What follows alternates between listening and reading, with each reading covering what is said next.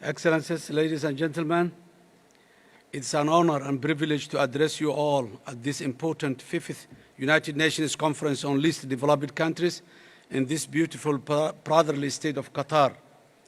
Indeed, we must ensure that the use of this opportunity to truly reflect and act together on these policies and strategies that can accelerate sustainable development in places where international assistance is needed the most, and to tap the full potential of the least developed countries so that we pave the way for progress and prosperity of our people going forward.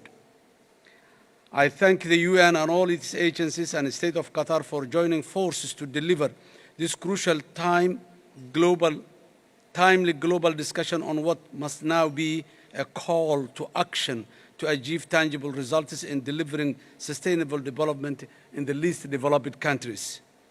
Accordingly, in this age of global independence and common challenges and opportunities, we cannot and must not leave anyone behind if we are serious about the sustainable development and progress of most vulnerable people in the world today. There is abundant untapped potential in the least developed countries like Somalia, but the challenge remains turning this into progress and prosperity for the people who are among the poorest in the world is standing tall. Excellencies, ladies and gentlemen, historical and modern challenges for development in Somalia, while having a great potential and prospects for development, one of the reasons Somalia has struggled with sustainable development is legacy of a prolonged conflict and political instability in the past. We are now successfully addressing both through dialogue and ongoing inclusive state-building process.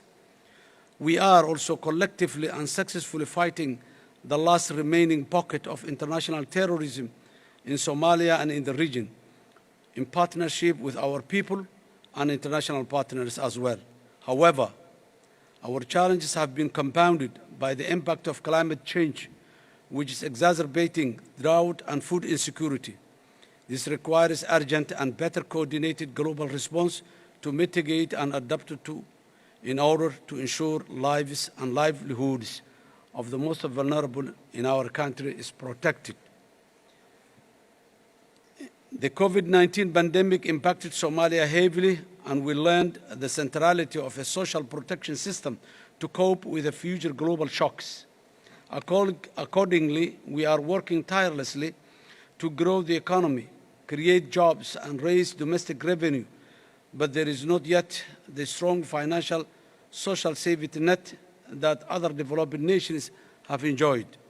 However, there was and is a strong sense of community, resilience, and burden sharing like in most of other least developed countries that helped us cope with the COVID-19 pandemic.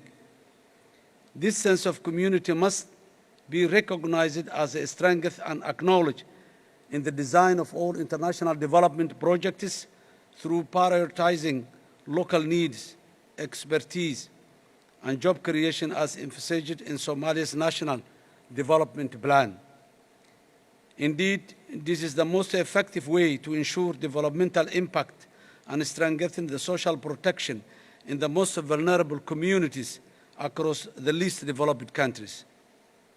Social protection does not and should not mean handouts. It is about creating opportunities for self-respect, dignity, and sufficiency which build on the existing communal resources and resilience.